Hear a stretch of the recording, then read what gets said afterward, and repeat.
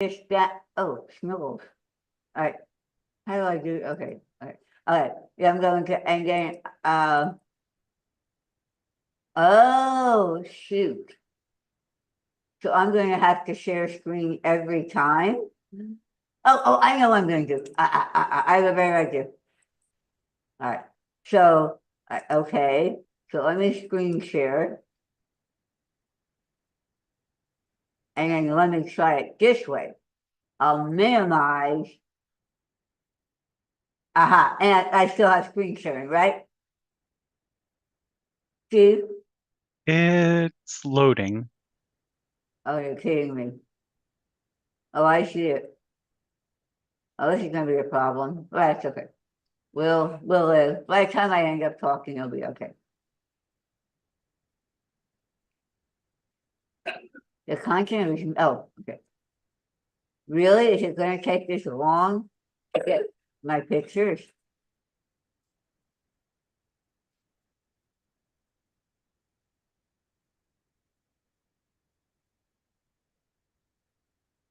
Steve? I do not see anything on the screen yet. Why don't you try sharing the screen again? I'm going to, I'll minimize this. Uh, click on this. And let me, oh, wait, let me go up here. Come on, what's it? Okay, all right, stop share. I'm gonna share screen. You see anything? Yes, I got your photo. Okay, so do I have to stop share? Yeah, I guess I'll have to stop share every time. Because I want, now, if I minimize this and go to here, do you see the chair, empty chairs? No. All right, so I have to stop share each time. Okay, Why don't you share the entire screen? That might help. uh, Sure. Okay. And okay, all right, let's try it. So now I'll minimize that. Let's go back to here. Can you see the synagogue? No, are you sharing the entire screen? It Yeah. looks like you have your sharing menu up. Well, it says stop. Come on, yeah, stop share. So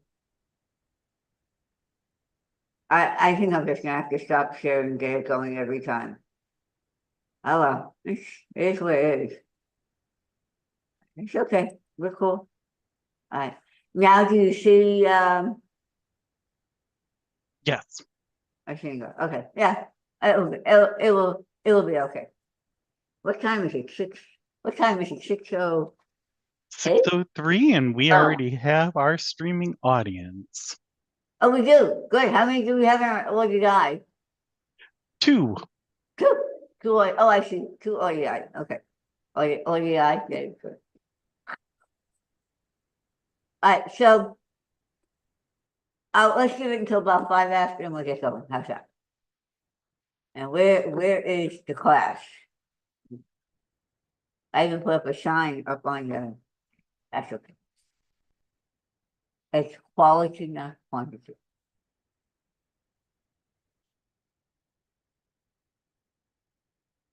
Good. All right, so give it a couple more minutes and we'll get this show on the road. Oh, Do you hey, want to oh, try full screen sharing again, just in case? full screen sharing. Okay. I don't see where I can make this any larger. Uh, okay, let me stop. All right, let me stop here. I had success with this other thing. Uh, okay, where am I? Ah, snowballs. Why is this like this? Okay. All right. Let's go to the Krakow jail. All right, and then how did I get to full share here? So go to Zoom. Oh, here it is. Okay. That's as big as it gets. Well, Okay. on the Zoom, in terms of sharing. Okay. Yeah, I'm in Zoom. Oh, okay.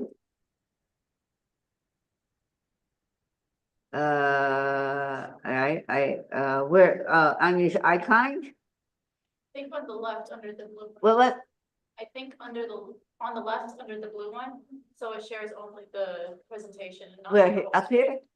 Oh, here. We want to share screen. Okay, okay. Let me click on this. I'm sharing it. Okay, and then where? Where do I make it bigger, guys? Any suggestions? That might be as big as it gets. Because it doesn't have any arrows. Doesn't have any Are Indian. you able to share the desktop? What?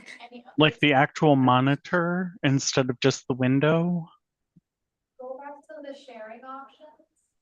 Where? Where do I do that, guys? When you click share, like click that. Click that, okay. Top is already selected. It's your entire screen. Oh, I see. And it should be the whole screen, so you don't have. Right here? Yeah. Okay, I clicked it and share it. Yes, so now it should be the whole screen, so you don't have to. Perfect. Yeah, now you should be able to flip between photos easily. So I do see your web browser at the moment, Okay, and I see your email. okay. So now I go to here. All right. Perfect. And, Now I think you should be able to press left or right on the keyboard. I'm sorry, what? You should be able to press left or right on the keyboard to navigate through your photos.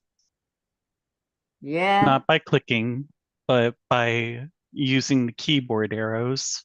Oh, okay. Right? Is that going to do it? No, and I have to get No. this. Okay. On. That's all right. At least now we can see the whole screen, so you don't need to share each Okay. time. All right. He went to the wrong place. I am at on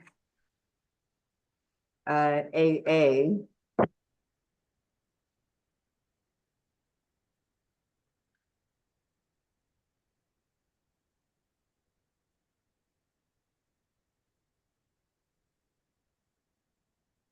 Sorry, guys.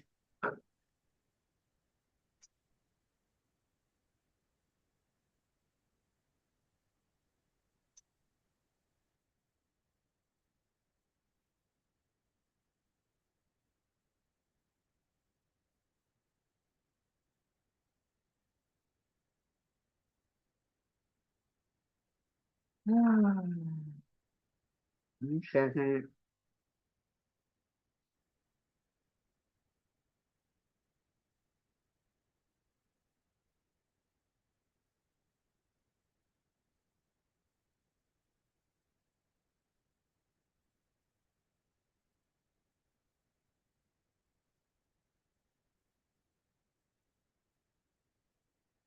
All right, took care of that. All right, so let's get the show on the road, everyone. All right, so welcome. Now, what we're going to do this evening, and see if you can see us and hear us right. Yep, you are Right. coming through great. Do you need me on the mic? Would you prefer me on the mic? I can do the mic. At the podium is where I can hear you best. All right, good. Okay. Anyway, tonight, what we're going to do is we're going to take a look at some background about Auschwitz-Birkenau. We're going to take a look at Auschwitz-Birkenau back when. We'll look at Auschwitz-Birkenau now. Okay. And we're gonna discuss along the way, what is, you know, a lot, some of the background of this whole Auschwitz birthing out and the concentration camps, and the concept of the genocide. So we'll take a little bit of everything. Okay. Now, so right now, what we are looking at is a synagogue, okay? And the synagogue was in existence. This is Krakow, Poland. Okay? The synagogue was in existence before the Holocaust, during the Holocaust, and it's still there. I was in Krakow in 2015. And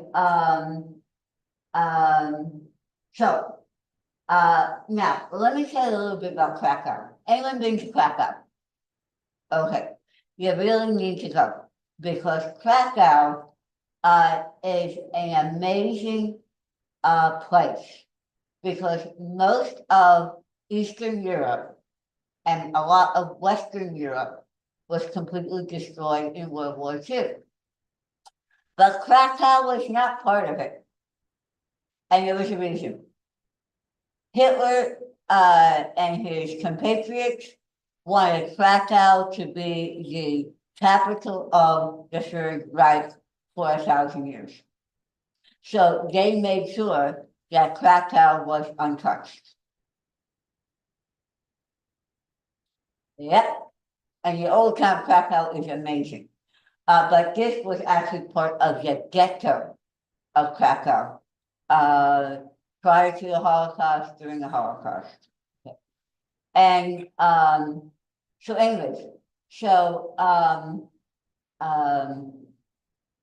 this is, it's intact, it's there, it is being used, but I have to say something. When I was walking to the ghetto of Krakow, it was really weird. I had crossed this really wide avenue, and I didn't know exactly where I was going. You know, for those of you who have me in class, you know that I'm like, where am I? Oh, okay, I got it. I have a lot of other things on my mind. So, I didn't really know where I was going. I had a direction, a follow direction. And it was this really wide boulevard. But my energy already was, aha, I know it is right over there. Because the energy was already intense. It was left over from a long time ago. So this is part of the, I wish I could do that, but I think we're gonna have to do it one at a time. But that's okay, we'll continue on. Okay, now I have to share screen. No, your screen share is good. You Oh, just need good. to open up the next photograph.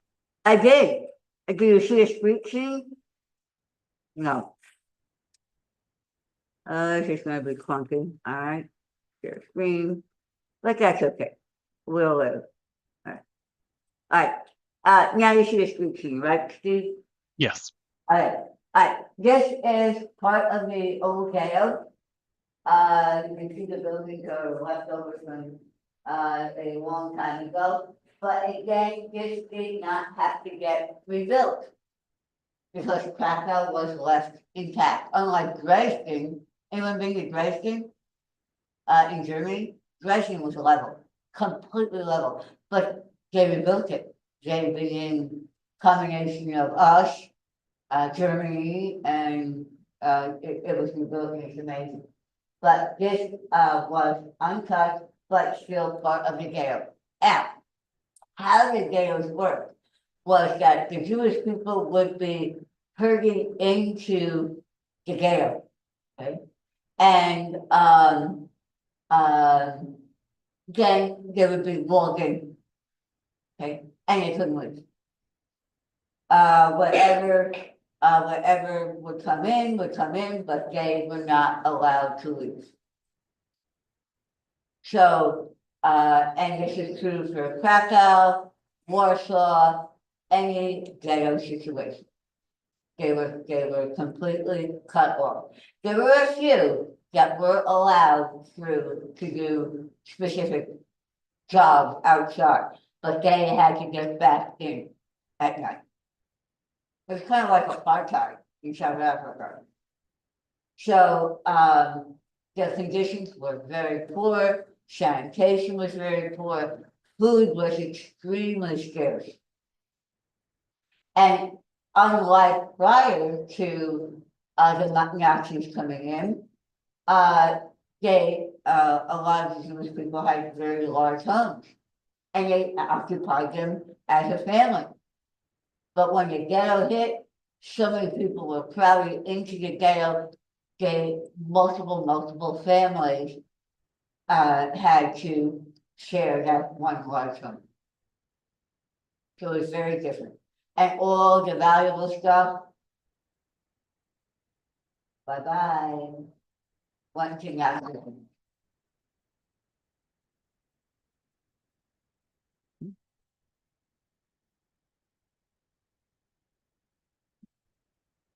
Go back to here.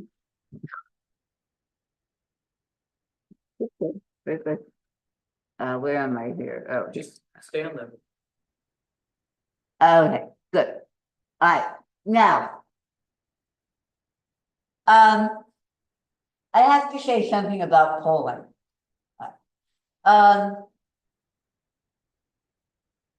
Unlike many other places in Central, Western, Eastern Europe that have put up tremendous buildings, museums to the Holocaust.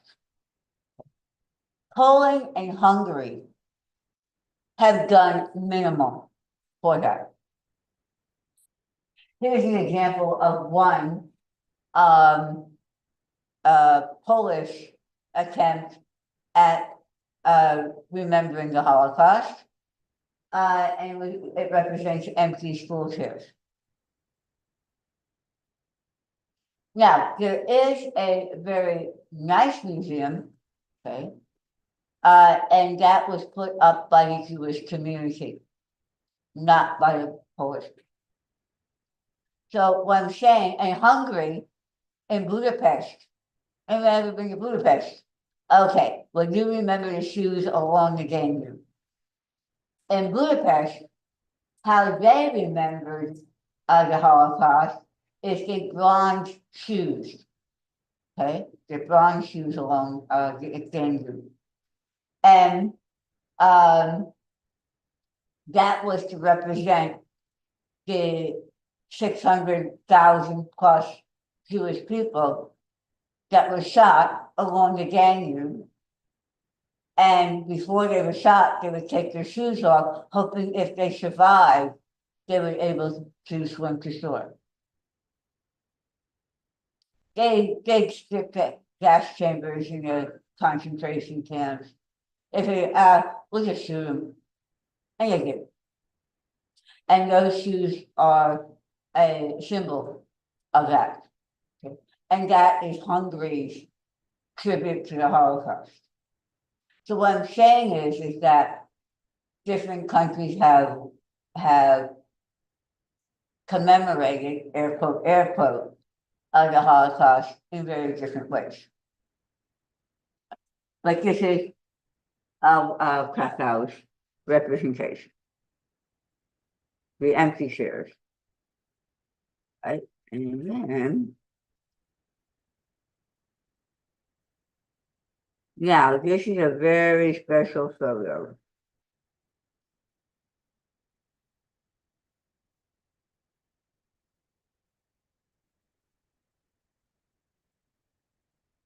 All right. What we're looking at right now is the outside of Oscar Schindler's factory. Okay. Anyone ever see Schindler's List? Really? You did? Okay, good, you did, okay. A very powerful movie. I've been trying to get it here, but it's very long. Was it 4 hours, I think? But it is very accurate. It's done by Steven Spielberg. And um,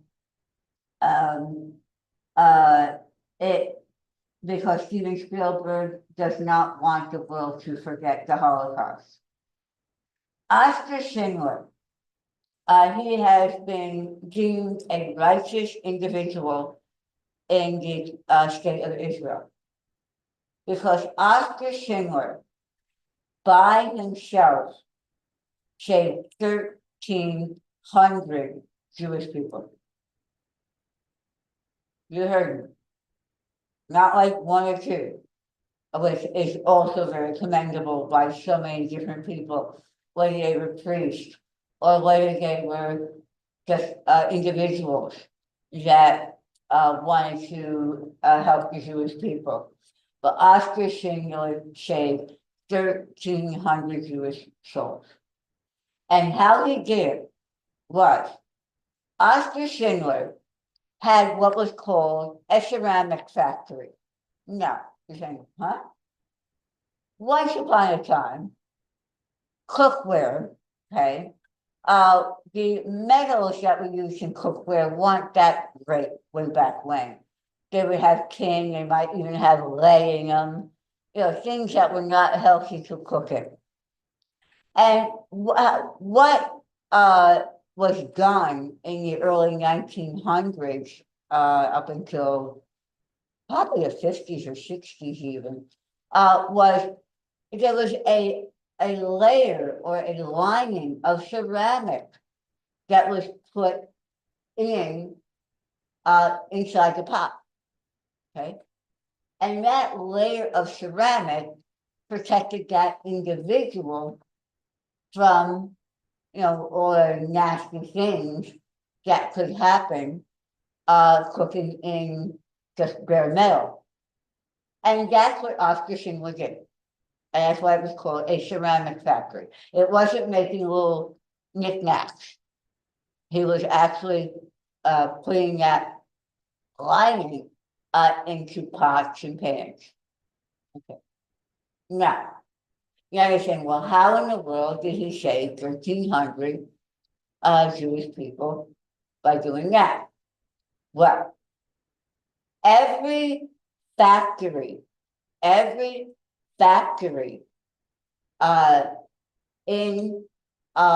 anywhere where the Nazis had taken over, okay, they converted it to wartime munitions. Every one of them. Either bombs, bullets, armor, whatever. Any type of factory situation, the Nazis converted into armament factories. Oscar Schindler is one of them. Now, you're saying, okay, well, this is kind of weird. He's saving 1,300 Jewish people, but yet he's going to produce munitions for the war, for the Nazis. And but what he did was and there was a way that he could hire, and because the Nazis knew they were Jewish people, but he said that they were critical to his factory. That they were really important, they had special knowledge, they had special skill, so he needed them to work in his factory. Okay. And the Nazis, for the most part, allowed it. The only times that they had issues was when, for example, he would hire someone and they couldn't walk or they couldn't see. They would have a problem, and he would have to plead his case about why they should be working in his factory. either have them in the office or have them do something else. And that is how he saved these lives. He had to pay out of his own pocket to bribe the Nazis to do this. It cost him a lot of money to do this. And a lot of grief from the Nazis as well. But he was determined to do this. And he did it. And he saved these lives that would have gone to Auschwitz or Dachau or wherever the hundreds of concentration camps throughout Europe were. Because it's not just Auschwitz and Birkenau. There were hundreds of concentration camps in Europe, in Eastern, in Central, and Western Europe.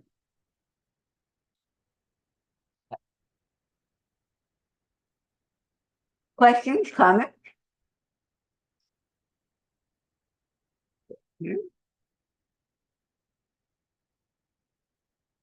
All right, and then I don't like this one.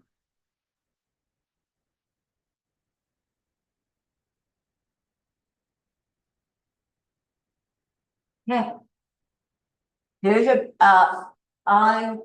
when you're at Oscar Singer's factory, there are photos of every one of the Jewish people that he says. Every one of them. Okay, and here's a picture I took of some of them that were on the wall that are being displayed. And so it's just a testament to what he has done.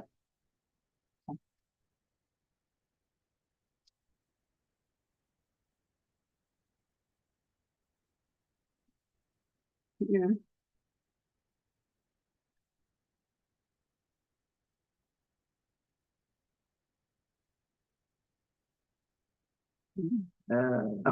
I want to share this, Steve. Okay. All right.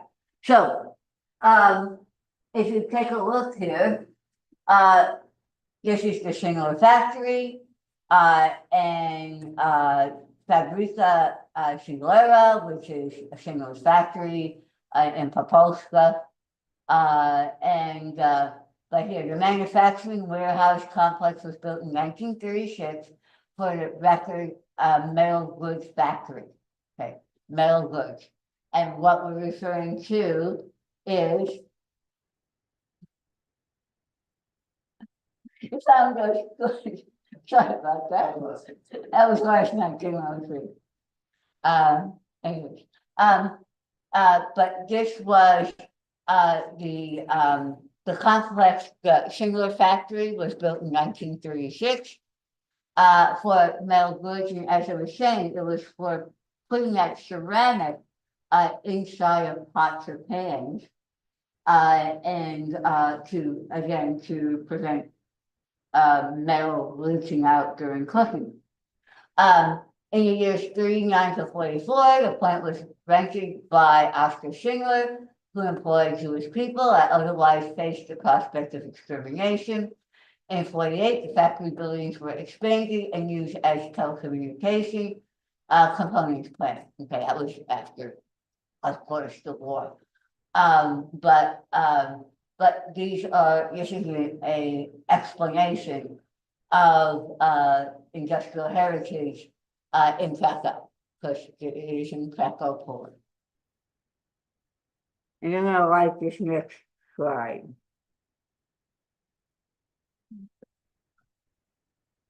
Uh-oh. Oh, okay, yeah, we know. Okay. Yeah, let's check out this one.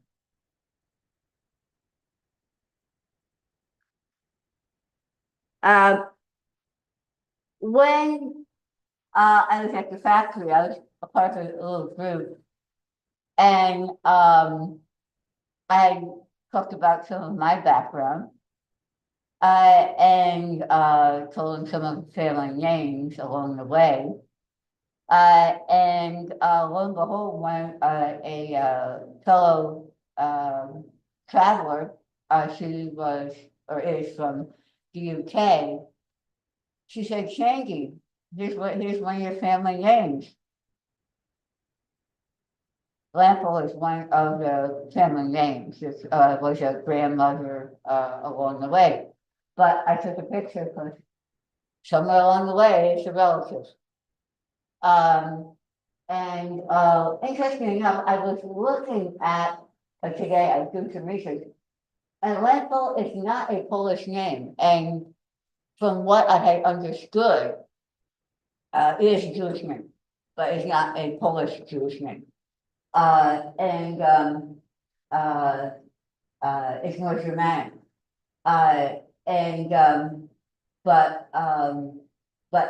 I had been told at one time that Oscar Schindler only said Propulsor, and but obviously not, because here's a perfect record of that. But yeah, so he said, I have no idea what type of relation she was, but she was one of the 1,300 that was created by Oscar Schindler. So talk about striking home. And I have to be candid, I did cry a little bit. Okay. Okay, let me get back to here.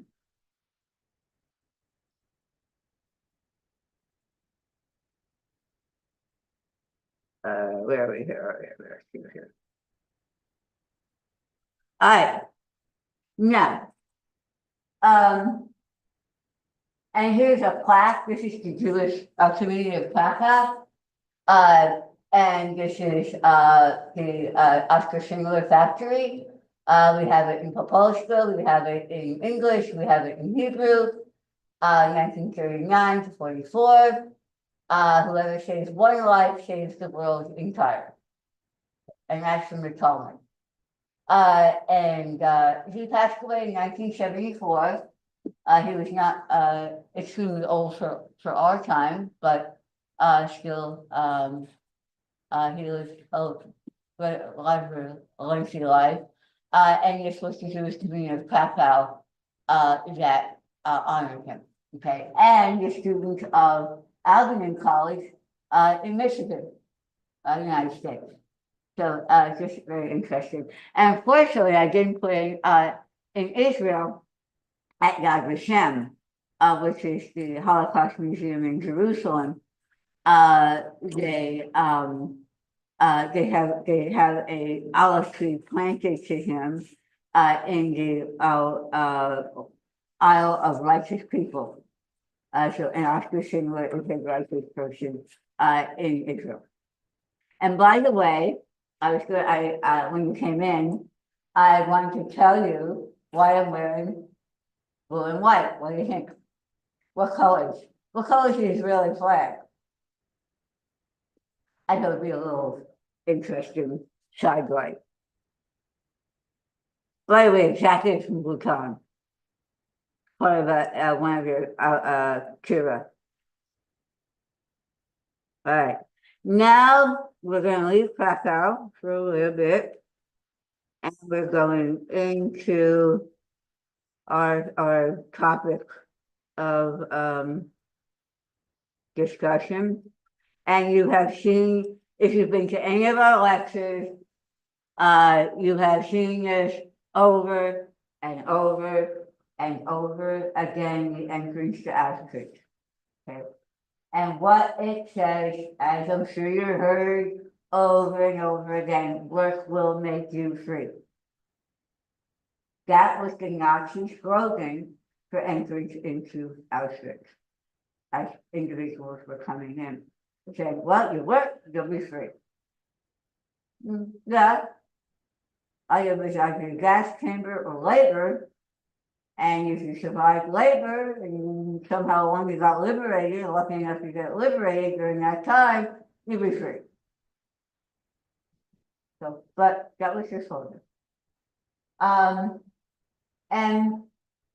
it can be argued that the Nazis didn't know what they were doing, or that they had some other motive than what they did.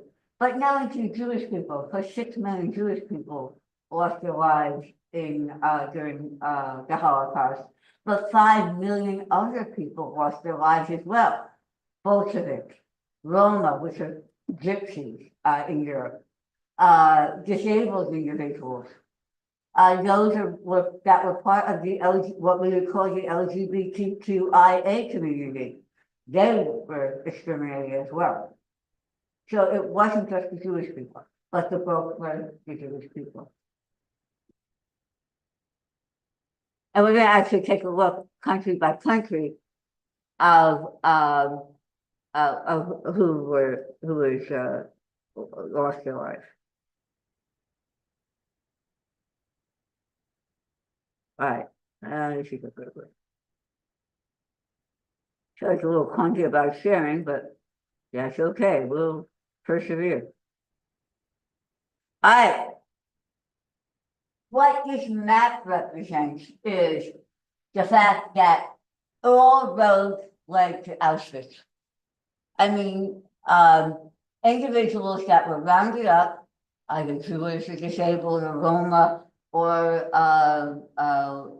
LGBTQIA or Bolsheviks, mainly from Russia, of course. Everything moved into Auschwitz. Now, again, as I was saying from before, Auschwitz-Birkenau were not the only labor/death camps. They were everywhere, okay? All across Eastern Europe, Central Europe, Western Europe.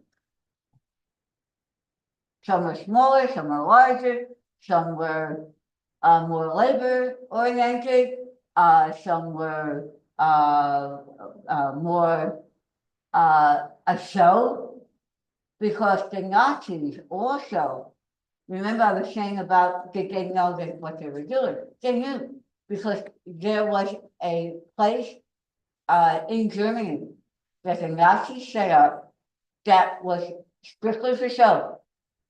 And it was a perfect little town with Jewish people in it, doing business, going for ice cream soda, living, going to parks, and it was all for show for when inspection agencies would come over to see what was happening in Europe.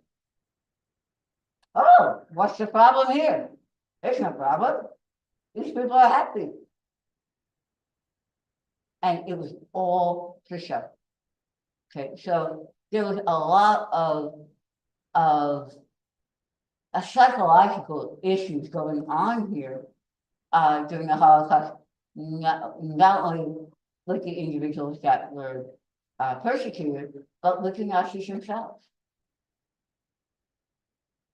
Okay, but and okay, this is, we're looking at Italy here, the boots. Over here, Greece. Greece lost a lot of people, believe it or not, which was amazing. And we'll see where that is going. But here's Bucharest, Bucharesti, which is Romania, Belgrade, which is now Serbia, at that time Yugoslavia. We have Lyon, France. We have Paris, we have Prague, which is now Czech Republic, which is Czechoslovakia. We have Slovakia over there. We have we have Denmark. We have Germany, okay, over here. We go all the way up to Baltic. And believe it or not, we'll see Estonia, Latvia, Lithuania lost a lot of people, which was amazing. But we'll talk about that. But I wanted to give you kind of a lay of the land. Of course, Auschwitz is between Krakow, Poland, and Warsaw, Poland. So you have Krakow down here, Warsaw is up a little bit further. So we're in between. Questions, comments?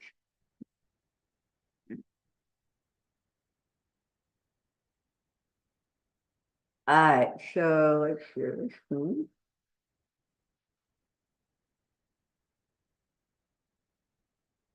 All right. So here is a history of Kaka. All right. Basically, let me move this out of the way here. Hold on. The Hagen area, buddy. Good. I'm gonna move it back up. All right. Back in June of 1940, it was the beginning of deportations. And a lot of times people say, well, why did Jewish people fight back? They did. Okay. But one of the first things, and you will hear this in this country, one of the first things Nazis did was take guns away. And that is always, because you gotta remember my background, okay? I have law as a background. And of course, Second Amendment rights, air quote, air quote. But one of the major arguments by National Rifle Association here is, well, the Nazis took the guns before the genocide. Okay, so if you take our guns, and you know where that one's going, right? But Jewish people did fight back. They fought back during Kristallnacht. They fought back many times. But the force of might, of course, it was incredible. And then also, why didn't they flee earlier? Why didn't they get out? Because they saw this was building. But you have to remember, Jewish people were always in Europe, especially, were always used to having these pogroms where governments would come in and burn down a few houses and ruffle up a few people and leave. They were very used to this. It was part of the deal. In 1492, I hope you all know, Spain kicked the Jewish people and the Moors who follow Islam out of Spain. And now if you go to Spain, they're falling all over you. Oh my goodness, yes, I think my great-great-great-great-grandfather was Jewish. I mean it. They can't get enough of you now.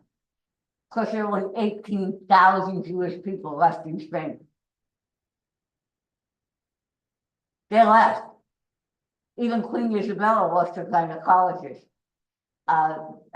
When Ferdinand Isabella kicked the Jewish people out, the gynecologist went to Queen Isabella and said, sorry, you'll have to find a new person. Well, you can stay. You picked this all out, I'm leaving too. And now there are 18,000 left in Spain. But anyway, so that's a little background, and because so many people will say, why didn't they leave? Why didn't they go prior to the 30s? Because this was building since 1933, because of the fact that Jewish people were programmed for pogroms and being bothered and having to pay tolerance taxes. I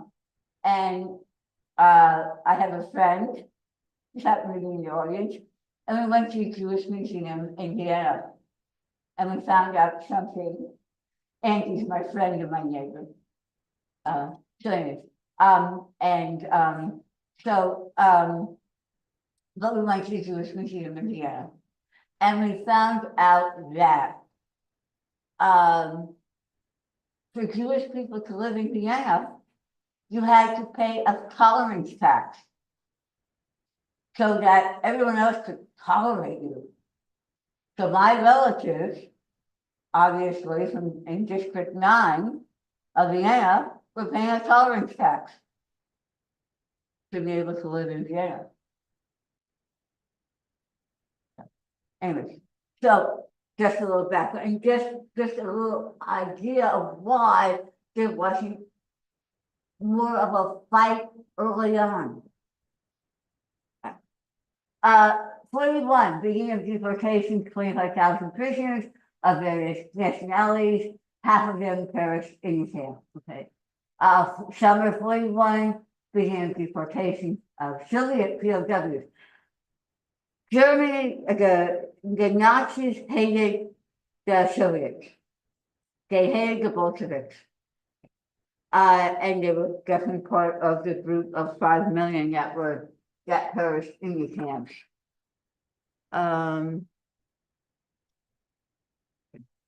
Alright, what 42?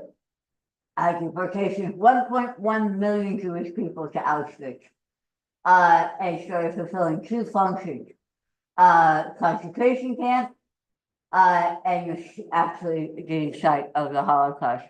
Because there were 1.1 million people killed in Auschwitz-Birkenau during this few years that it was open. Okay. And biggest mass murder in the history of mankind. And I have to say, I know some of you have been to Germany. German people are very, very clear and cautious about not wanting to be associated with Nazis. They will definitely say Nazis, not German. So just a little heads up. And I also found during Auschwitz-Birkenau, the guides were extremely respectful and extremely cautious about not wanting to show any type of sympathies towards the Nazis.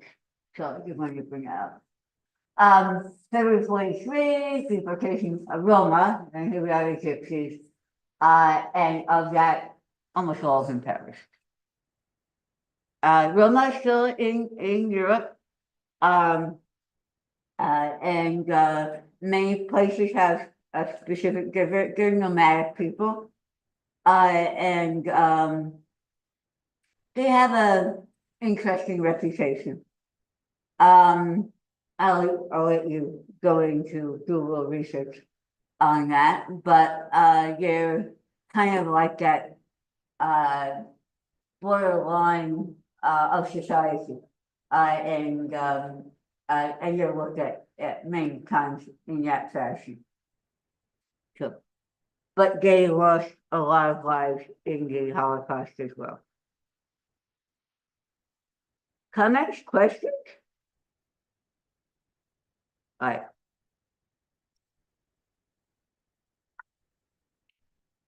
How about out in Zoom land here? Yeah.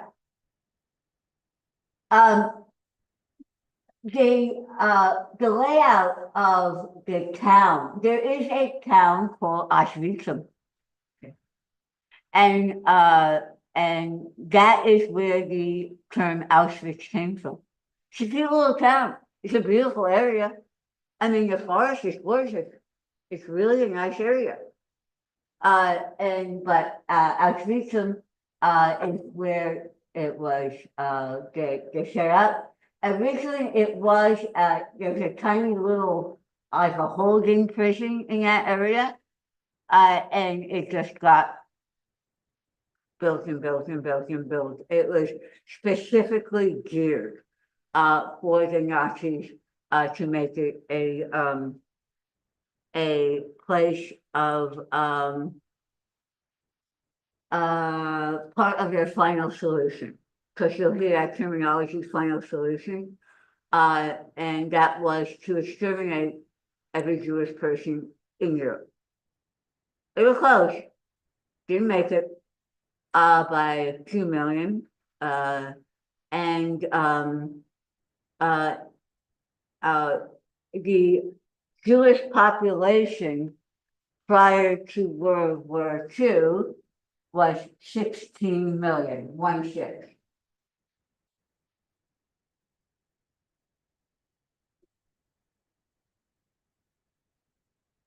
And I have a guess what a Jewish population worldwide is now? Well, what?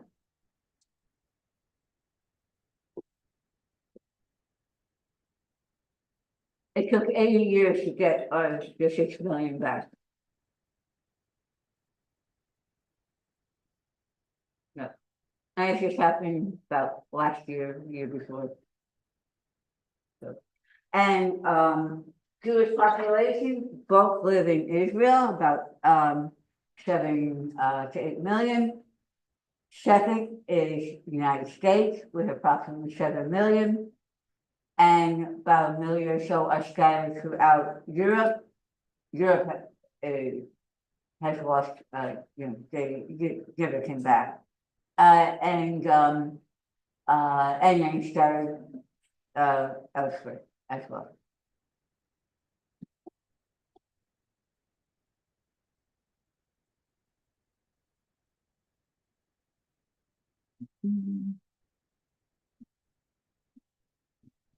Sorry, guys, a little continuous, but we're getting there.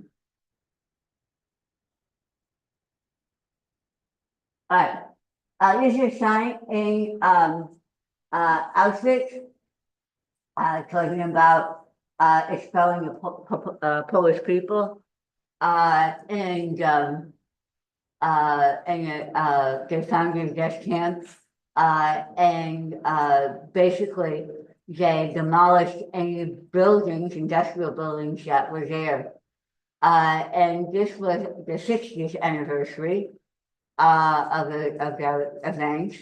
And this Holocaust memorial, we're commemorating the 80th anniversary of the liberation of Auschwitz-Birkenau.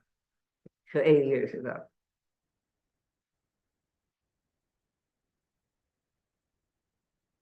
Oh, sorry, I'll go back, No, that's okay, no problem. Where were we here?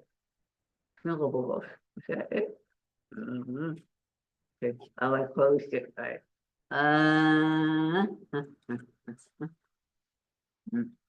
Let me close it for a second. All right, that's okay, we know. All right, so I'll go back for you for that one.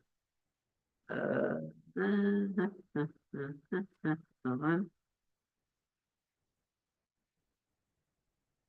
You didn't want that one, you wanted this other one.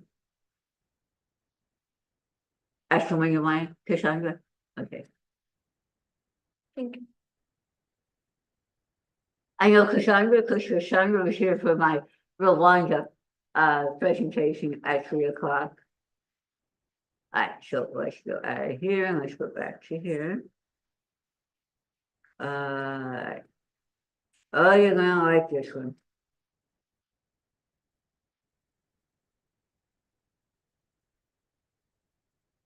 Okay, why is it not letting me see? Oh, okay. Huh? Why are you not letting me go into here?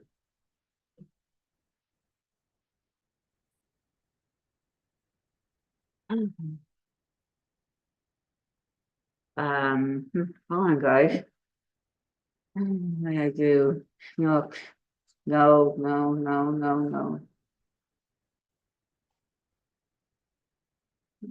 Trying to get back, Steve, and it's not letting me go back to get you.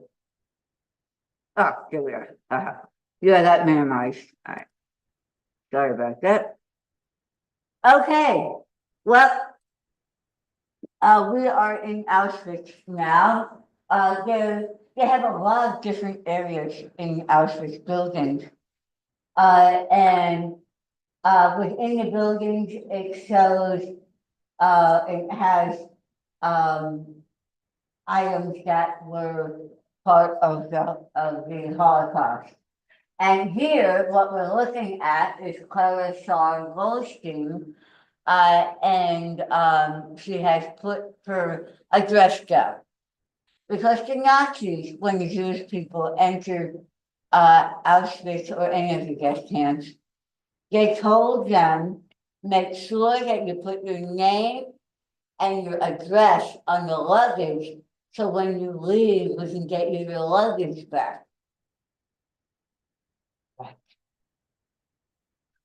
So, of course, the people believed that was going to happen for a while. And sooner or later, it got out that people weren't getting their luggage back or many other things. But people would do that. They would put their name, their address down, hoping that they would get their items back as they left.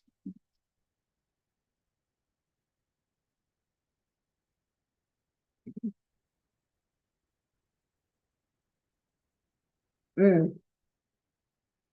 Then I just went and did.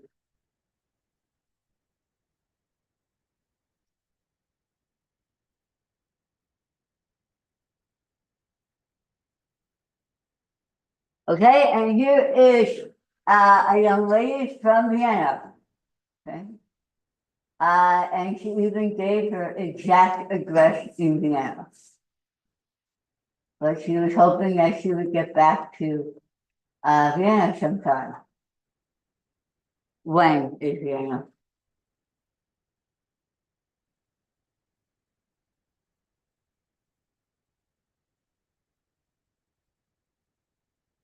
I want to share this. Yeah. This is this again is a picture with in Auschwitz. And these are Jewish people that have been deported from Amsterdam, in the Netherlands. And at the Westerbroek transit camp in 1942.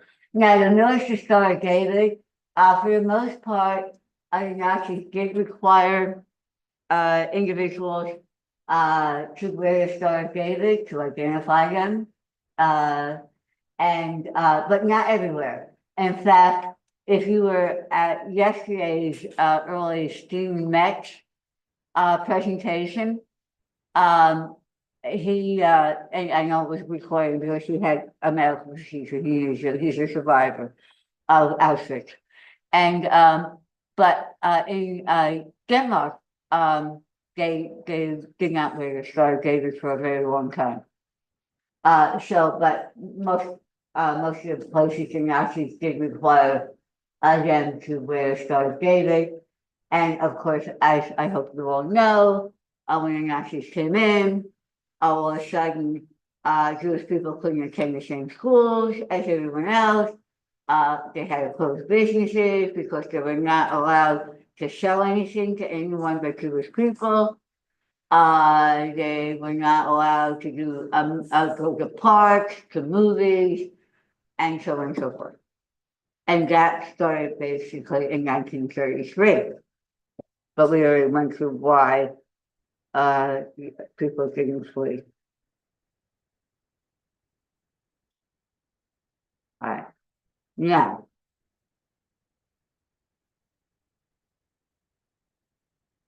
yeah. There were orchestras inside of Auschwitz. Okay. And they were not here for the entertainment aspect of it. They played basically march type music to keep the prisoners in line, okay, and to make them easier to count. That's what their purpose was. Now, Jewish people did play in the orchestra, and they were very fortunate. They didn't have to do hard labor. So that was a very fortunate thing to have that musical talent and to be chosen for the orchestra. It was one of the things that one of the jobs that was highly coveted. But of course, you had to have the talent. So.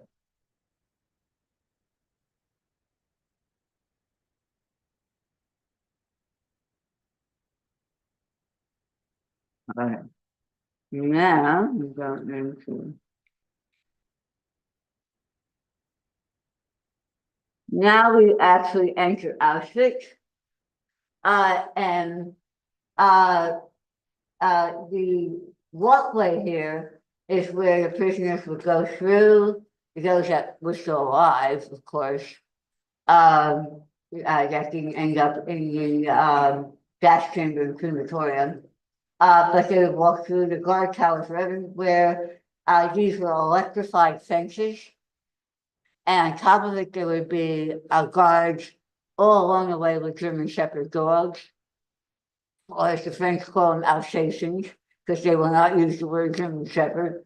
But they were electrified, and people were, it was fear. Everything was fear. That you had to keep going. The dogs would get you, the electric fence would get you, the guns would get you. Okay, but that was all part of everything. Now, these buildings were a combination of barracks, torture areas, medical experimentation. So they were used for many different venues.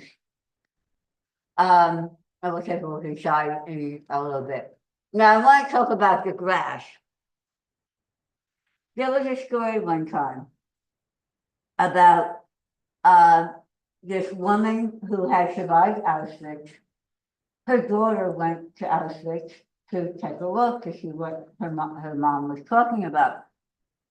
And she came back and she said to her mom, well, you know, very interesting. What your mom said, what you think? She, what? It was really interesting. I know it was eye-opening, but the daughter said, well, at least you had grass. And the mother said to the daughter, if we had had grass, we would have eaten it. No grass. So what you're seeing is a very spruced up Auschwitz, as I'm saying.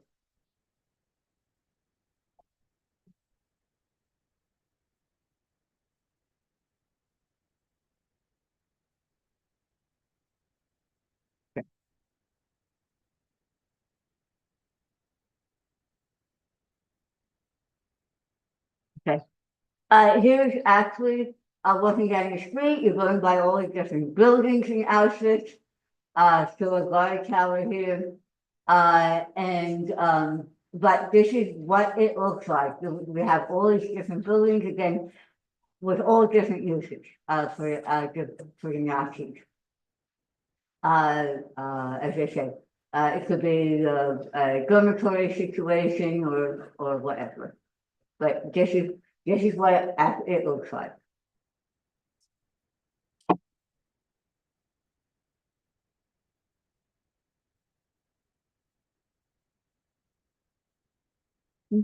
Okay, we'll give you a little different view of that.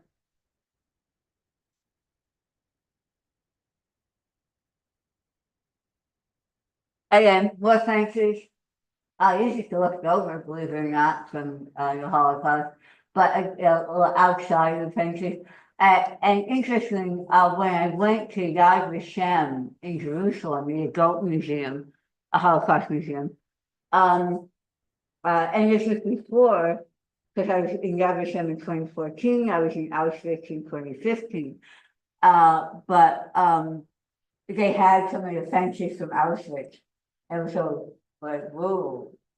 And it was just very, it was a shock effect to see them. And since I had not been to Auschwitz at that time. And while I'm on that topic, Yad Vashem, the Holocaust Museum in Jerusalem, they have the posters that the Nazis put up about Jewish people, and the chronic theme, okay, was the dehumanization of the Jewish people. And as we discussed, as Cassandra was here, in Rwanda, where we had 1 million people killed with 100 days in Rwanda, Africa. Same thing. Dehumanization of the Tutsis, the ones that were suffered through that genocide in 1994. And the common theme was to turn them into a cockroach. And same thing. And of course, the large noses and made the individual very unappealing. again to dehumanize, because humans really can't kill other humans unless they do dehumanize them. And usually that's kind of thing. Interestingly enough, when I was in Prague, I'm sure all of you are going to be reading Franz Kafka's Metamorphosis in your humanities. And in Kafka's Metamorphosis, one of the things he does, he talks about this Jewish gentleman called Gregor. And in the Metamorphosis, he turns Gregor into a cockroach. And for years, from my college days where I read the Metamorphosis, I always thought that Franz Kafka was an anti-Semite until I got to Prague and found out he was Jewish. So he was catering to his audience, which I found was eye-opening.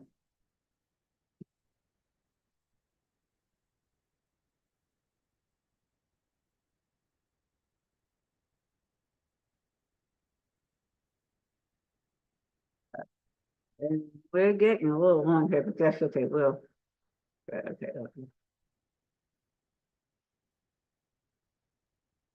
All right. So again, these are within the museum. Here's the Nazis, and you'll notice up on top here. Yeah, right. No, move. There you are. All right. I notice up on top here. Piled up are the belongings. Okay. And those belongings, of course, would never go back to the individual. They were opened, anything of value was taken, and went to the higher ups in the camp or to headquarters in Berlin. But that's and interestingly enough, it wasn't the Nazis who went through these things. Some of the Jewish prisoners, that was another job that was very much coveted, to go through the luggage of those inmates coming in, because possibly not only were there valuables, but there may have been some food. And you found food that was really good, because what were you going to do with diamonds or gold? Eat it? Can't eat it. Okay. Can't go out and spend it. So if you found food, that would be a plus. But there's some of the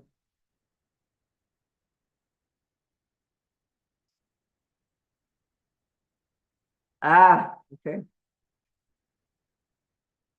Yeah, you're probably asking, well, how did the prisoners live? Voila, the bunk beds. And this is actually inside of one of the buildings. Now, about 4 or 5 people would be squished into one area, and what they would be lined up. Okay. So it was a very tight squeeze. They stayed like that. And one of the major killers besides the Nazis was typhus.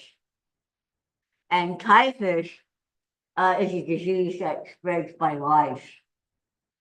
And these people had themselves, they had no way of cleaning themselves. So lice was rampant. Lice were rampant, I should say. So with the lice came typhus, and a lot died from typhus infection. But this is how they slept.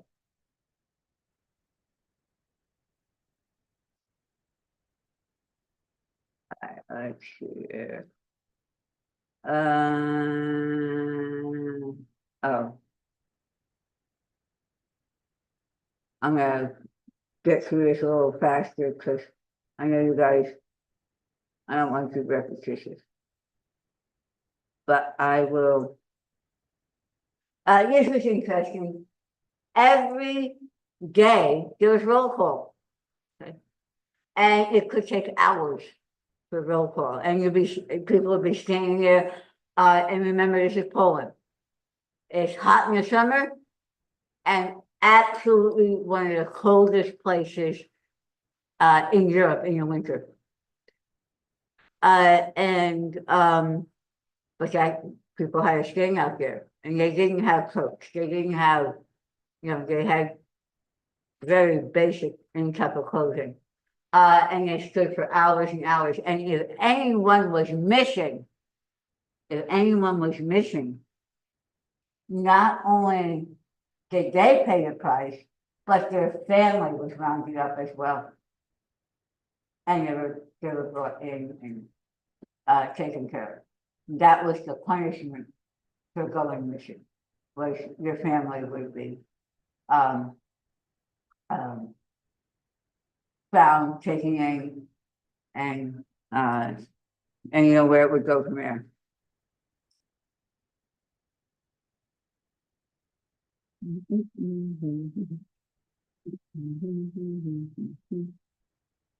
Oh, okay. Interesting in Auschwitz.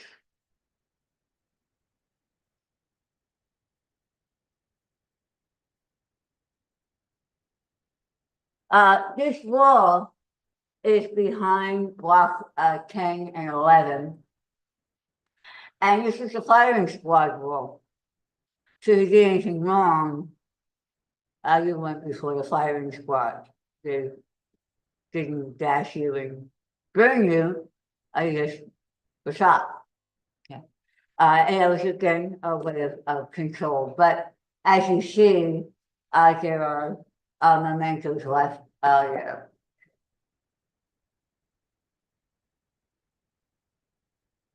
And you'll notice that it's a very cushiony wall, so that the bullets wouldn't lodge as much. Okay. Oh, okay. This one I want to share.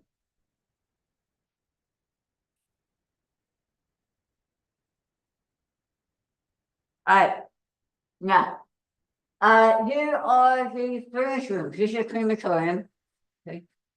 And how it would work is that the individuals were brought into the camp, and I'll show you how that gets sorted in a little bit.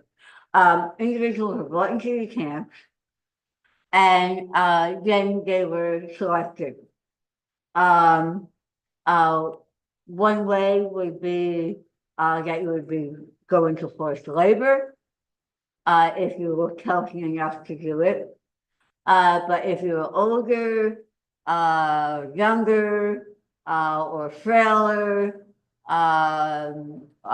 disabled, immediately you would be headed to the gas chamber. And of course, the Nazis didn't call it that. They said they're going to shower so that you're clean. Okay. But as soon as they packed the individuals in, they had two ways of doing this, either by xylon gas, or those are canisters, or by large diesel engines. And they would pump the carbon monoxide in from these large diesel engines ran, and people would suffocate, just as they would with the xylon gas. And then after that, when the bodies came out, I'm sorry if this is too graphic. Am I getting too graphic? Okay. When the bodies would come out, anything of value would be taken, gold teeth would be pulled, and autopsies would be done. Because many times Jewish people knew that maybe they could survive if they swallowed something of value, like a diamond or a gem of some sort. And it would stay in your stomach for a little while. And of course, then it would naturally come out, and they felt that, because they couldn't hide in the clothes would be taken. But they thought that that might save him. So the Nazis knew this, so they would do autopsies to see if anything was hidden of value. Then the bodies were taken here to the crematorium in Brooks. And the crematoriums would go 24 hours a day. The people of Auschwitz would say, wow, you asked them, so did you know about it? Well, I don't know, there's a lot of smoke coming out all day, all night, but we didn't think about it.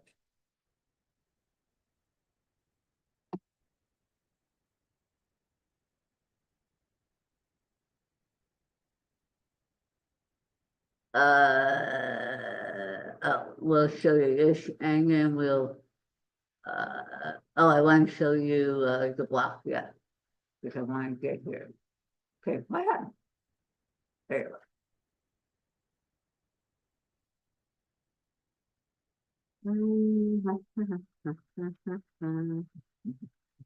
All right, this is just oil gas canister, and that's actually the pellets themselves. And interestingly enough, I do have a picture. For some reason, the Nazis like to collect things. They left thousands of these canisters, okay? They left thousands of razor brushes. At that time, men would lather up their face and use a straight edge razor. And I can show you that. They left prosthesis from disabled people. I'll show you that. And then there's something they can't take a picture of in Auschwitz. They have rooms full of hair because they shaved people's heads when they came in. And there are rooms full of hair, but they do not allow you to take a picture. Nor will they allow you, we went into one of the gas chambers, but they wouldn't allow us to take a picture of it.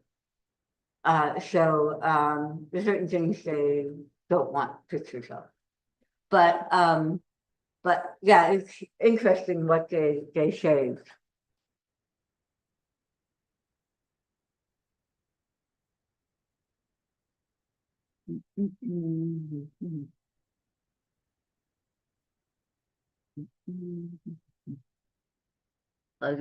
Luggage. Oh, but okay. Now let's see some of their buildings and what they represented here. Okay. This one here is very famous, Block 10. Block 10 was Dr. Mengele's building. Anyone know Dr. Mengele? Everyone? Yeah, okay, you know, okay. Dr. Mengele really loved doing experimentation on people. Especially if you came in as a twin, you were a set of twins, guaranteed you would go to Dr. Mengele's. Because he loved experimenting on twins to see how one twin would react to a certain medical procedure as compared to another twin with this medical procedure. And they were usually gruesome. It's usually a reproductive situation or a skin graft situation or whatever he can think of the weirdest thing in the world. And for the most part, most of the time with these medical experiments, the people die. But he was known for that, and Block 10 is his block, his building. Interestingly enough, the Nazis would make fabric out of hair. Okay, that's why I collected hair. They would make lampshades out of skin. Yeah. So this thing. Oh, speaking of Dr. Mengele, here we have right here.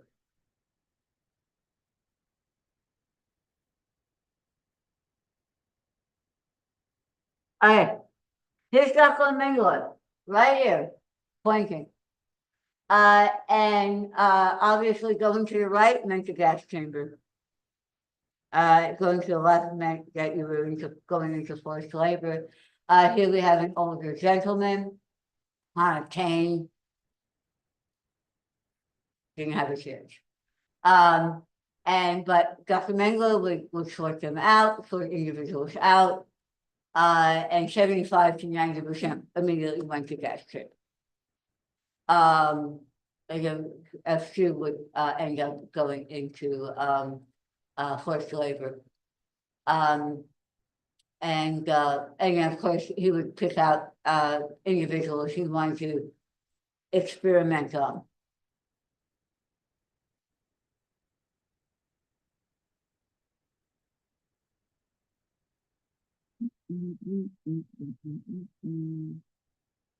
Oh, I'm going to show you this one. How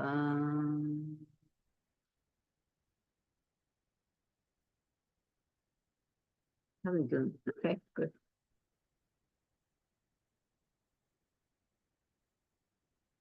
For some reason, you know, she'd like to collect the prosthesis of the disabled people they were gassing. Yeah, they would save their prosthesis. So interesting, a bit macabre, but yeah, it was their thing. Let's see. Oh.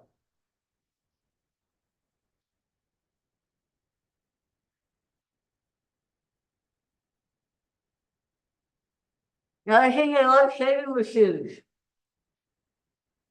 The individuals would of course be stripped prior to going into the gas chambers.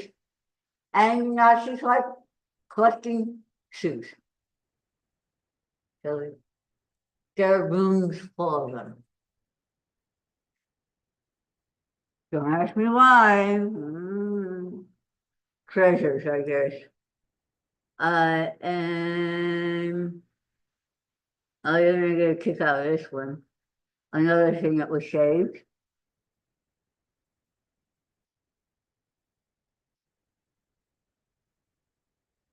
Shaving brushes.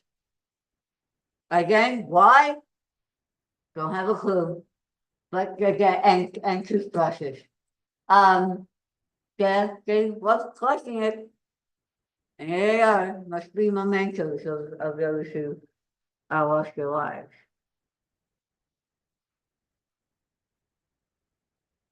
Let's see. Now, I want to go to Birkenau now.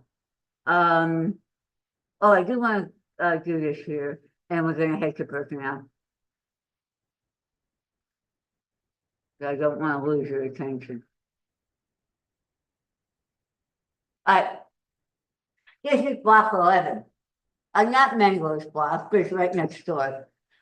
This is also a torture area. In fact, all sorts of different tortures, war torture. There were cells that the individual could only stand up in. Only stand up in. It was punishment.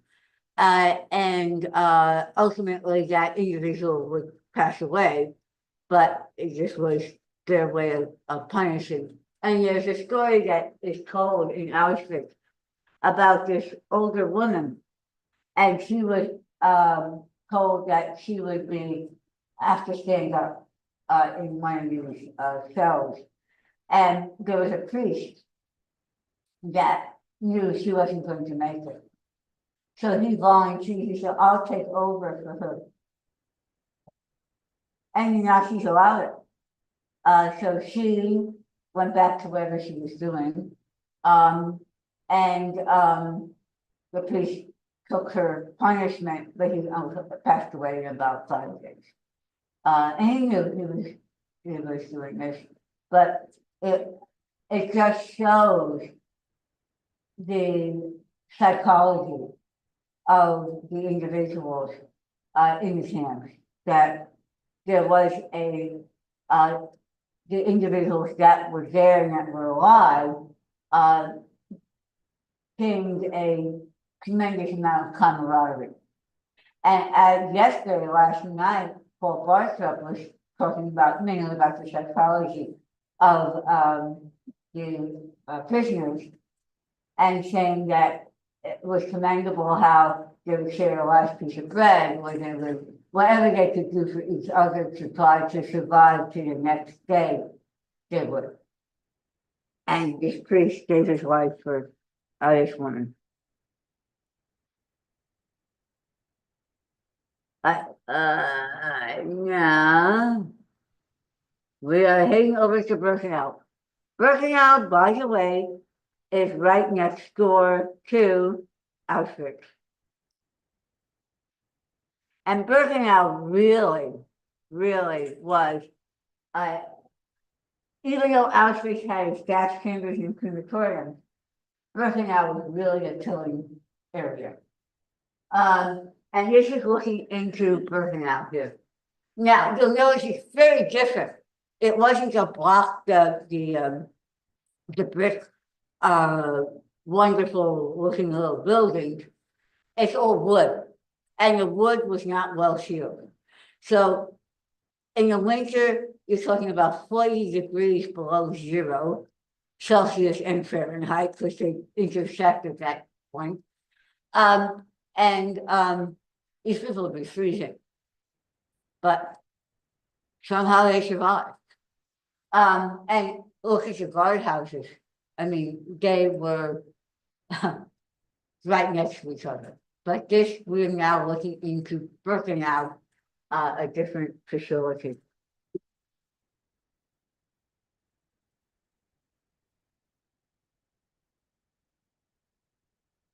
And again, if you've attended any of these presentations in the last day and a half or 2 days, this is the entrance to Birkenau.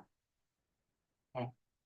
And all trains went right through that entrance. And if your train was going through, and by the way, I need to tell you, it was a little bit of a challenge, but the Holocaust boxcar is in parking lot 8, okay? And it is from that era. It was purchased by an individual who wanted to have a boxcar from that era, and it was found actually in Austria. But it's in parking lot 8 from 9 to 5. You can go in, and we have some posters up. And it was a combination of, do have a Holocaust museum down in Naples. In fact, Cody will be speaking on Thursday evening at 6 o'clock about the Holocaust Museum in Naples. But we have a gentleman who has this flatbed, and he complimentary brings that boxcar. He swaps it all over Florida, and we were one of his stops. But it is available to take a look at. But all these boxcars, these steel boxcars, would go in day and night into Birkenau. And when you went to Birkenau, 90% would be for bye-bye.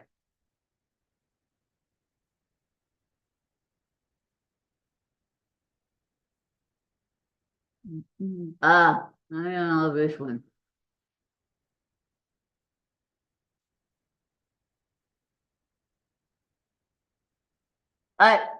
This is a picture I took inside the building of Birkenau. Anyone know what this is?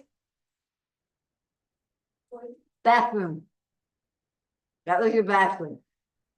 And the individuals, we were told, only had a few seconds to do whatever they needed to do. Okay. It was a hole. It went down, it was a hole, and it was blocked underneath. But these were the few lucky ones who lived in Birkenau. Now, one of the coveted jobs, remember I told you orchestra, sorting through luggage, delivering mail, which Dean met as a 5-year-old, excuse me, did our speaker last, yesterday. But one of your recovery jobs, believe it or not, remember I told you everything just dropped. Well, I had to get cleaned, right?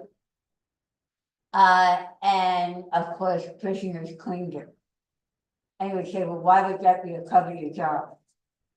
It's because no one wanted to go near them, not even the Nazis.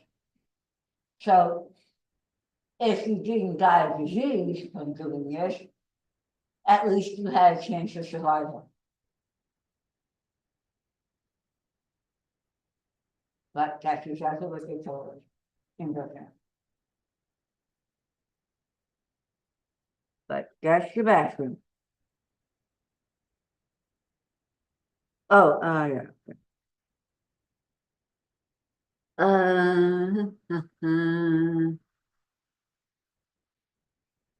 Oh, yeah, just I want to show you, and then we're gonna go to,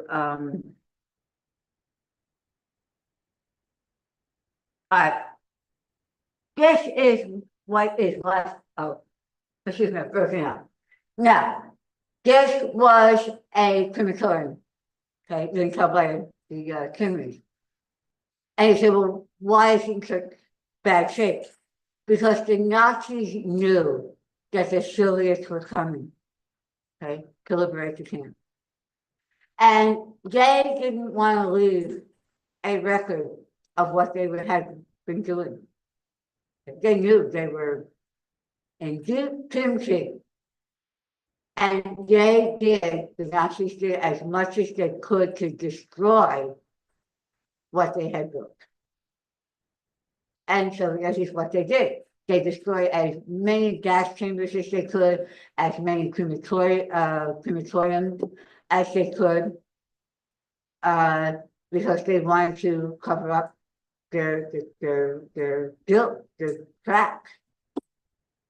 And so when you go look into Birkenau, you see these places, and you know they were crematoriums because of the smokestacks, but they're not left.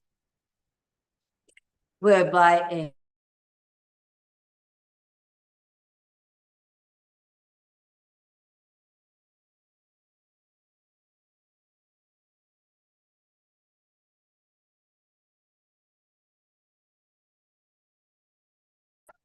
am I muted? All right, I want to go back here and I want to show okay.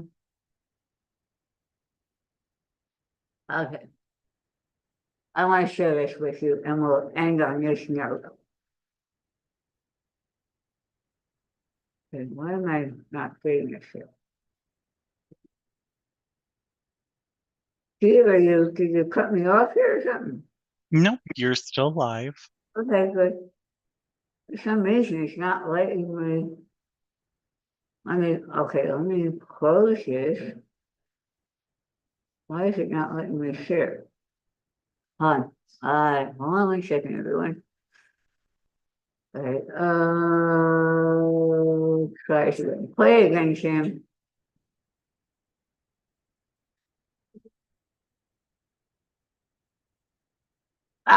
Well, sorry. Minimize you. All right, so now let's frog.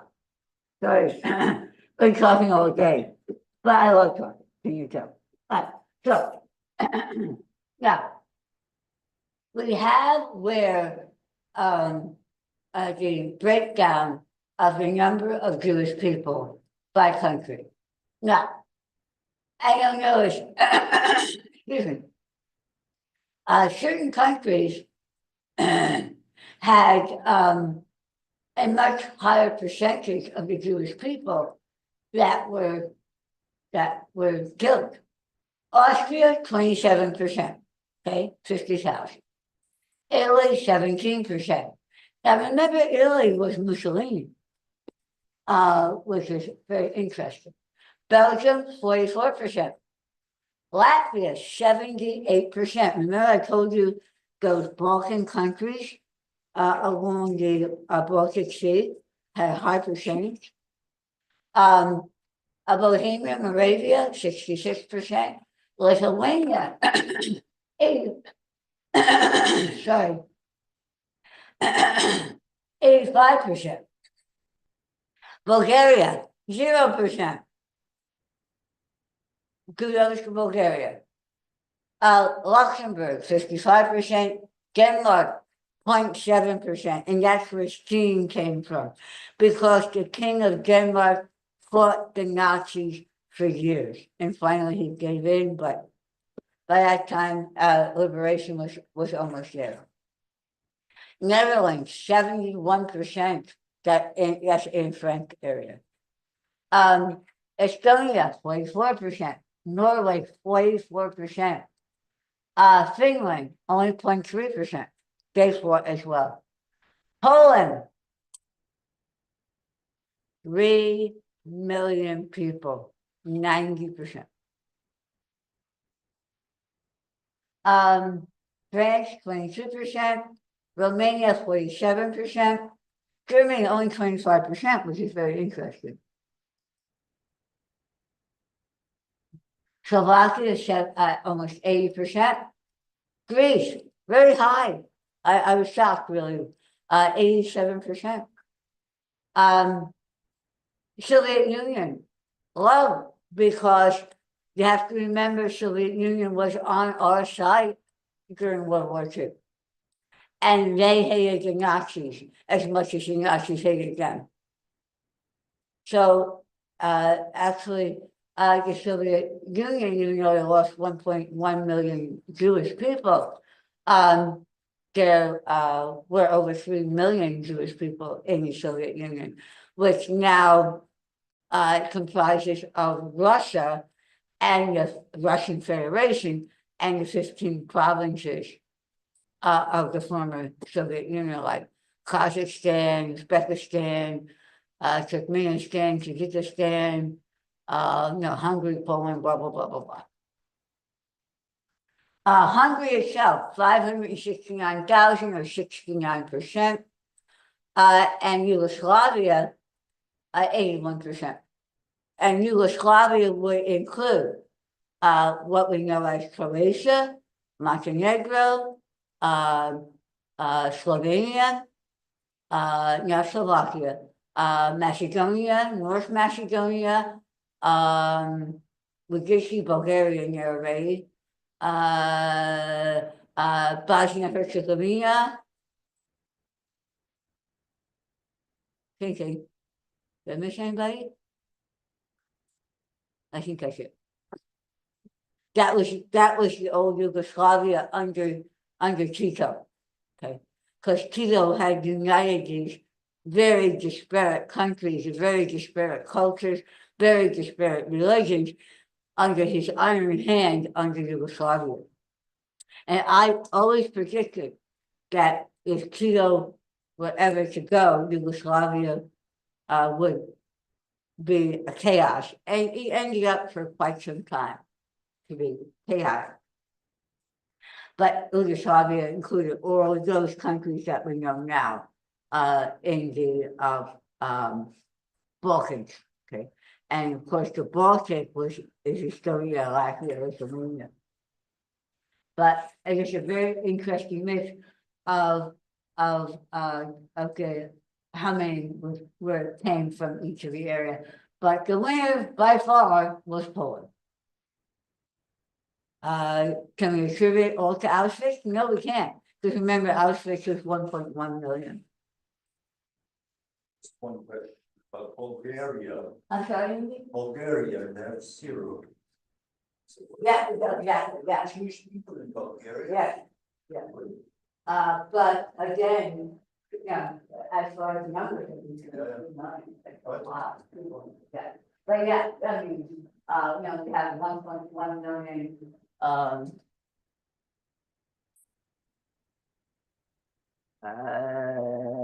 We have 1.1 million. Where's our winner here? In Soviet Union, of course. But Hungary is not a large country. 569,000. That's a lot. And interesting, well, it was in Budapest. My guide. He had a very interesting comment. Because Hungary started out a day where Nazis. Then all of a sudden they sort of life after the United States bombed them so much, and they joined America. Well, guess who started to bomb them then? The Nazis. And her comment was, we got bombed by everybody. Did I say something?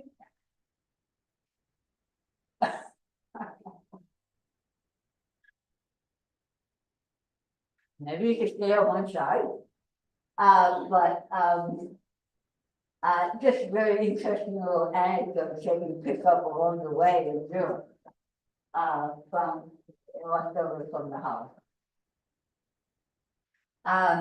Now, passing note. Europe is having a resurgence of the far right, neo-Nazis. A lot of it comes from the immigration that came from North Africa and the Middle East. If you're not familiar, millions of people have left the Middle East because of fighting, especially in Syria, Afghanistan, so on and so forth. And many have fled to Europe. North Africa, very poor. Eritrea, Djibouti, Somalia, Ethiopia, very, very poor countries. And so many, again, seeking a new life, that's why to Europe. Germany, under Angela Merkel, was very accepting of immigration of approximately 1 million people entered Germany from all these different areas. And other parts of Europe as well, brought in immigrants. Some countries a little less, sometimes a little more, so on and so forth. But the far right neo-Nazis are building. In fact, German election was a couple of weeks ago, and the Christian Democrats ended up with a majority of 26%. But second was the AfD, which is alternative for and against them for Germany, which is Deutschland. And AfD is not. But no one was going to the coalition with them. No, but this is rising throughout Europe. So heads up of what path we're heading towards, we don't know. But it is of note that we do have resources of a concern by citizens of Europe that perhaps we need to take our country back. Have you heard that before? Just a little ending to this rather poignant story. In our Rwanda discussion, Rwanda puts up signs to Google, which means never again. But yet, Rwanda is aiding a group in the Democratic Republic of Congo that is already 6 million people have died since 1996 in the Democratic Republic of Congo. There is a genocide right there. So, is it happening again? It's happening now. So, just a little heads up of where things can go. So be aware, be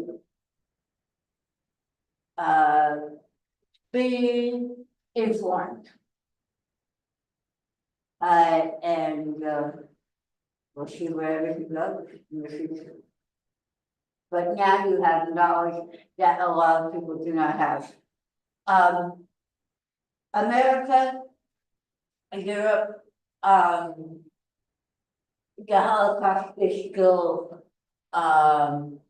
remembered.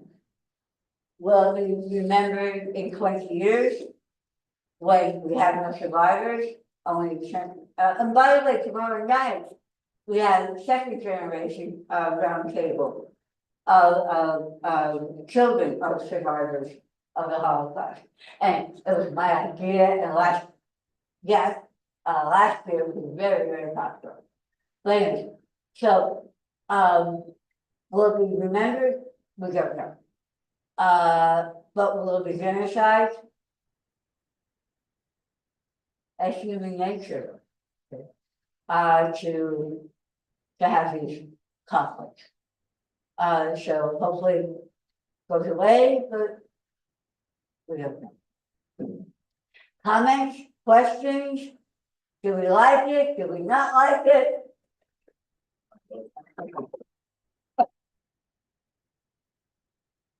Okay, so, I'm very happy and proud that we have these events on campus. And by the way, you've all heard of the Woke Act, WOKE Act in Florida. Under the Woke Act, it is required that the Holocaust be taught. Interestingly enough, so. And I'm sorry, Sarah, my co-chair, but she needed a day off. I mean, Sandi, I can't. And Sarah has a new baby, so she said, I've got to give my husband a break.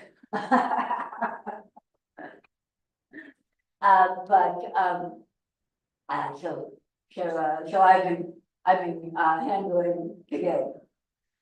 So, but thank you so much for coming. They say, we have now tomorrow. Tomorrow we have at 1 o'clock, we have the music of the Holocaust, and that will be in Gen 103. And but before that, we have, let me do this. Hold on. Steve, okay, we're good. I'm just gonna pull up our agenda here. For oh my goodness, how am I getting that? Let me escape out of here. Close this up. Let me see if I can get out of here because I'll show you our agenda. Steve, you have it right there. Oh, and by the way, let me introduce you to Stephen Colbert. Stephen is our indispensable tech person. Okay, some of you saw Corey coming in, Corey is really great at meetings. But Stephen is our indispensable, thank you, indispensable tech person. In fact, Stephen and I have a YouTube channel together. Global Gas Adventures, that's our YouTube channel. And about my adventures. But mainly wildlife photography, things like that. But tomorrow at noon, we have Frank Cohn, the psychology of the Holocaust, and I will be in this room. 1 o'clock, DJ 103, we have the music of the Holocaust. At 3 o'clock, we have Sam Verrazano, the Holocaust in Solonado.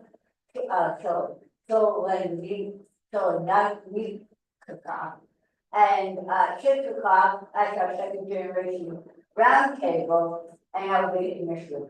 And so will Sam's presentation. Thursday, 1:30, we have a book discussion on my friend Ian Frank.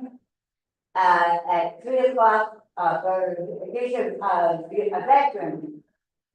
Excuse me, and talking about, liberation artifacts. And at 6 o'clock, we have, Cody. Greg Mocker, he's curated the Holocaust Museum, in Vegas room, and that's gonna bring in my leadership and writing one class to that presentation. Because I want everyone to have an opportunity that, our administrative assistant, Mary Fulenkamp, because my morning class, my morning business law class, nothing's going on at 10 to 11:30. Says, well, why don't you bring them? I said, nothing's going on. Gotcha, otherwise I'll bring them. And I do have to introduce some of my business law evening class here. Thank you guys for coming. Again, and Stephen, thank you so much again for everything. Of course. So, so, class. Okay, those of you who are not in my class, you can hang out, whatever, but I want to talk a little bit about employment